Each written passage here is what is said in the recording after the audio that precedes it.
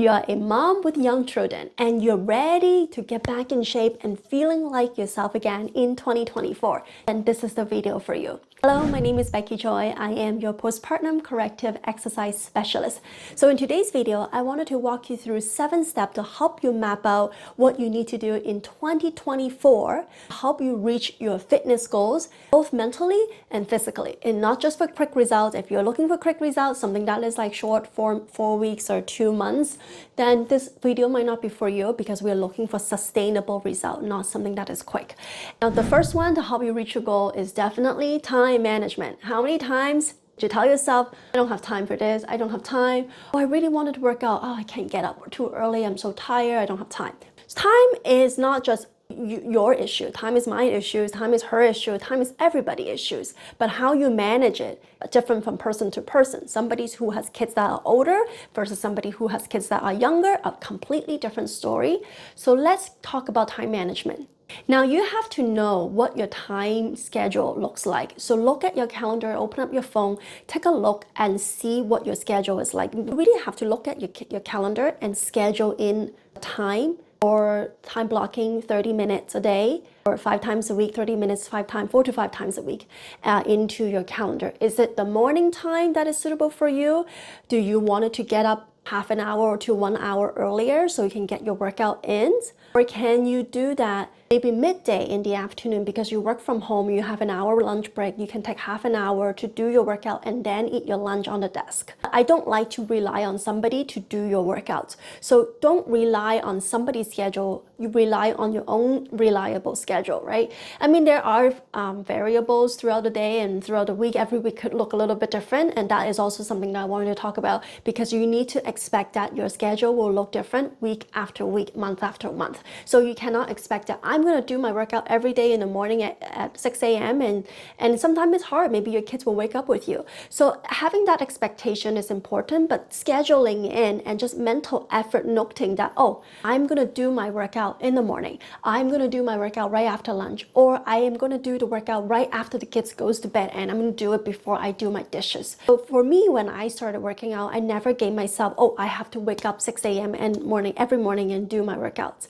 That never worked for me because as soon as I get up, like my babies woke up with me. Like maybe in the first day might be better. I have the half an hour for myself. The second day, maybe I have 25 minutes. The third day, I only have 10 minutes. So it didn't work for me. So I set my time that I am going to do the workout after lunch. Right after lunch, I'm just gonna do the workout without doing dishes. Right after I fed my kids and they're full and happy, I'm gonna do my workout. So that was a dedicated time for me to do the workout. Now, I also set myself a backup plan. Now, in the case that I cannot do the workout right after lunch, so the next time for me would likely be as soon as they go to bed at nighttime.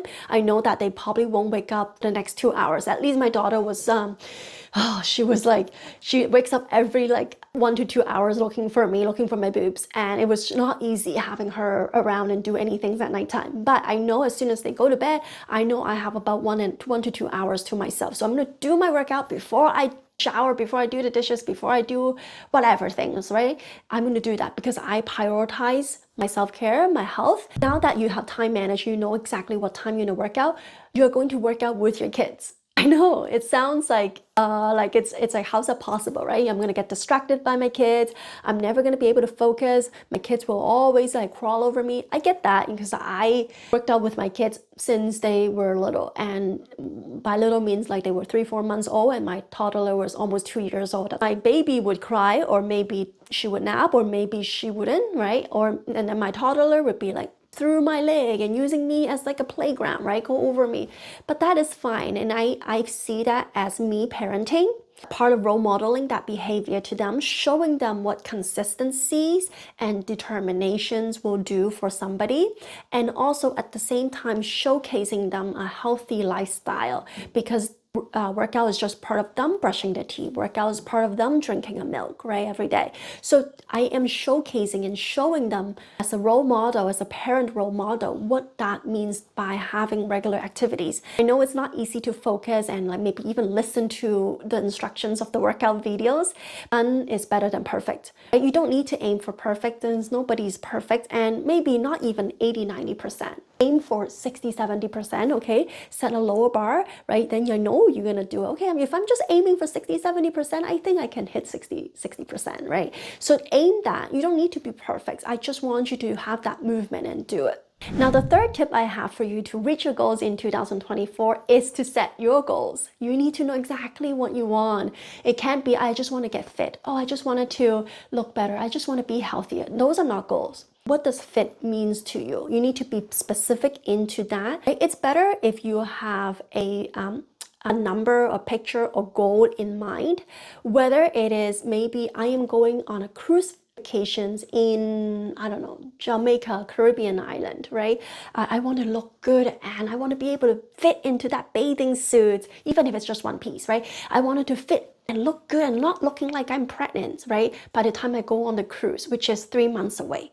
That is a really good timely goal because you set yourself a time, 3 months. You set yourself that you wanted to wear the bathing suit, and you set yourself that, okay, I don't want to look pregnant when I'm wearing the bathing suit. Now, if you want to be more specific, you can talk about how much weight you wanted to lose, and which is always good, especially if you have weights to lose. Don't give yourself that excuse like, I'm just happy with losing 10 pounds. Like 10 pounds, what does that 10 pound do for you, right? You need to be specific and timely. Of course, it has to be realistic too, right? Okay, I wanted to lose 10 pounds in 3 months, being able to fit into my bathing suit and not looking like I'm pregnant going on a cruise. Is that realistic for you? First of all, if that's realistic, that's great. You gave yourself that goals. You need to think about that goals over and over again. Is that really what you want? Okay, being able to wear bathing suits, go on a cruise island, what does that mean to you? Oh, you know what? I will be feeling so confident that I'm going to enjoy every moment with my kids, being with them, because nobody will think I'm pregnant while running around chasing them. And I'm going to have so much fun. My husband will take photos of me or whatever. Maybe husband doesn't take photo. I know my husband, I tell him to take photos all the time. He doesn't take it. It drives me crazy. Feeling is what I want you to have. It's not just the pound. It's not just wearing the bathing suit. It's not just about, looking good, right? You need to evoke that emotions inside of you on what you truly want, like peeling the layers of the onions to the core center of your goals.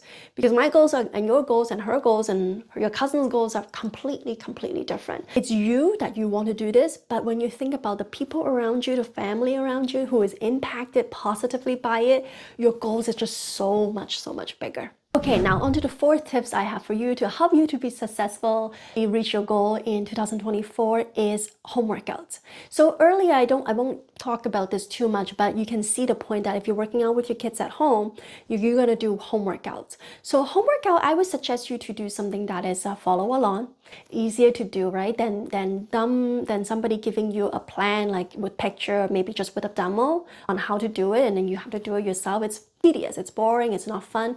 You probably want to do something that is short and work along. Maybe 25 minutes, half an hour, workouts, 35 minutes workout, depending on how many days you do it. How long are you scrolling on your phone? You have 10 minutes there. If you have more than 10 minutes scrolling on your phone, you have 10-15 minutes. So that's why doing your home workouts will be just so much easier, and doing follow along, work along videos that you can just feeling great and follow along and not being afraid, oh, I forgot what I needed to do, or I forgot my count, I forgot my reps. Just follow along. Well, posture, doing your form right, those would be important when it comes to feeling the diastasis especially.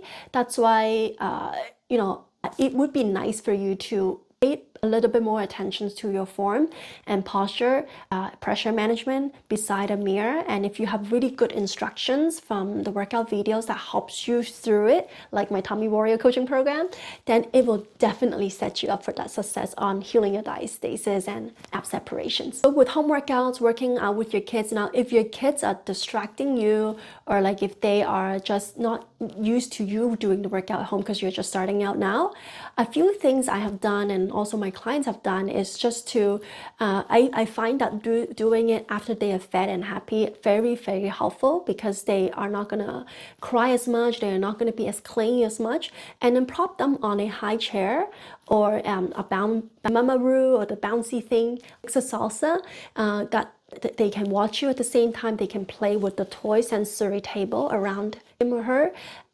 at the same time would be good. Now, if you have a toddler or like, you know, you have a kid that is like walking around now, just make sure that your environment is safe for him. So even if you don't pay attention to him for like 1-2 minutes, he's not gonna injure himself, right? Now there will be a moment that he's gonna come over and distract you, which is okay. Like I say, let's just let it be, and eventually you will grow out of that phase. Now my son and daughter, they're 5 and 7. You know, sometimes I kind of think back that memories, oh my God, it's like, it's so sweet that they cling to you and they just kind of want a piece of what you're doing. Now, you know, they don't care. Meal planning, it's the same goes with the, you know, I don't have time thing. And also it is important for not just losing weight, but also help you to bloat reduce. It's not about weighing the scale or tracking all your food, or like, usually you don't need to be this precise unless you have been working out for so long and you need to break through that moment. And you know, that's a different strategy. For you who are watching this, you're starting out, you know, just simple portion controlling, eating all the food groups will be important for you. But what's most important for you is go groceries. Maybe if you're going grocery right now once a week, maybe try going twice a week, or have one of the week meal delivered to you, or grocery delivers to you. So you always have a constant supply of good quality groceries in your fridge or in your pantry. So you're not grabbing something that is quick and like carbs. So those are usually, that is carbs heavy, that is like very high in calorie, and that is what's causing you to not lose the weight. So, well, I'm not saying carbs is bad, but just in general, carbs have more calories. So that's why you wanted to make sure you have a varieties of food in your pantry. Good protein shake, maybe protein bar snack, yogurts, eggs, spinach, right? Frozen veggies, lots of fruits, lots of options. So you always have food in your hand. For me, what worked well for me was like, I will make a big batch of dinner at for dinner time. So I'll eat that dinner. The next day lunch, I'm gonna eat this because I already made it. So I just have to microwave and heat it up and eat it. Now, the 6 tips that I have for you to reach your fitness goal in 2024 is overcoming challenges. Over the course of your journey, you're gonna face a lot of challenges. Maybe your kids are sick, you're tired, you have extra meetings at work, you can't come home on time, or you're just really stressed for whatever reason, or you know, something bad happened, or you know, it is always a reason to throw you off. And that's, you know, life is all about, right? Life is an adventure. And for this one, overcoming challenges, you really have to reframe your mindset. This is not about perfection. This is about a journey. This is not about a destination you need to reach, like an exam you need to take, I need to pass it. It's about personal development. It's about understanding yourself more. It's a growth, it's a journey. Reframe your mindset, and something that is very helpful for me to help me reach my goal is to practice gratitude and journaling. So journaling it out on the gratitudes that you are grateful for. What am I grateful for today? The 3 things I'm grateful for. And I'll talk about even little things. Oh, somebody smiled at me and say, I look great. You know, I'm very grateful for that. You know, a stranger came up to me and told me that. Oh, I'm very grateful that my friend who I haven't met for a long time gave me a call. Like, you know, little things like that. You sometimes as a mom, busy mom, we forget these things easily, and we are happy that moment, but then we forget. But when we reflect and actually practice gratitude and think about these kind of things, we feel so much more positive and happier. And when you have a positive mindset, everything comes to you will not be as bad, as much of a challenge to you, because you always see a positive side of things. The 5-minute journal, I have a video about that on why and how I write in what the book is about. The 5-minute journal is just spend 5 minutes writing my gratitude, my goals, and that's the thing too. Writing your goals down on a regular basis will be very important for you to help you adhere and remembering that feeling that you were telling yourself that you wanted to reach this goal because of these reasons. So practicing journaling, gratitude, and writing your goals down will help you face your challenges so much easier.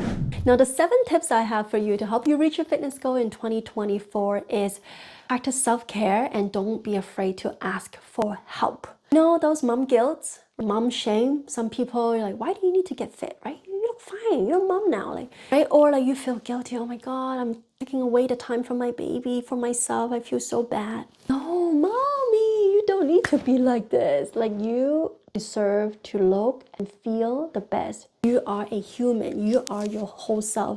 Having a baby doesn't mean it takes away from that. You can still look and feel beautiful.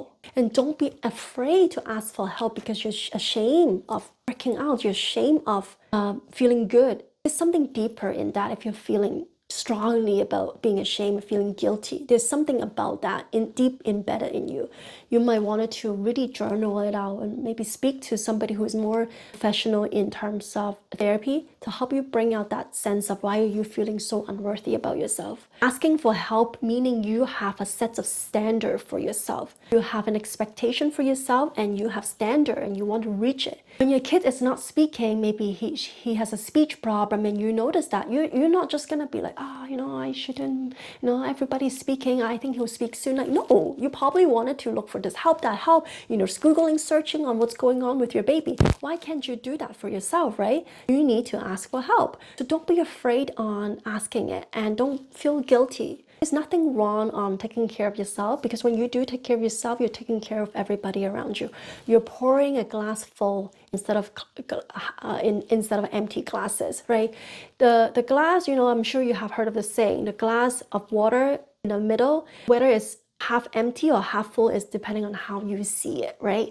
So do something for yourself because when you start doing something for yourself, you will feel happier and that energy will radiate to people around you. All right, that's all. This is a longer video, but I really hope that you reach your goal in 2024. If you just follow these 7 tips and you don't have to be perfect, right? You just have to follow some of these and actually apply it to you on a daily basis. Consistently, you're gonna see amazing changes. I promise you. You're gonna feel so good. You're gonna look great. You're gonna feel great mentally. This is what you need, right? This is what you want, right? You don't want to be like you. You don't want to feel like how you are for like 10, 20 years. Who knows? 10 years, 5, 10 years. You might be developing some other stuff that you don't want, like in health condition wise. Like I cannot predict, you cannot predict. We're gambling here, right? But if you're taking actions for yourself right now, you're going to prevent that. Even if you don't prevent it completely, but you're going to have a much better chance of being that healthiest version. Awesome. Well, thank you so much for being here. I do have some exercises or work-along videos that you can do at home with your kids. You can do the postpartum gentle cardios if you want to, or you can do the breathing exercises, foundational exercises to healing your diastasis recti. Those are great.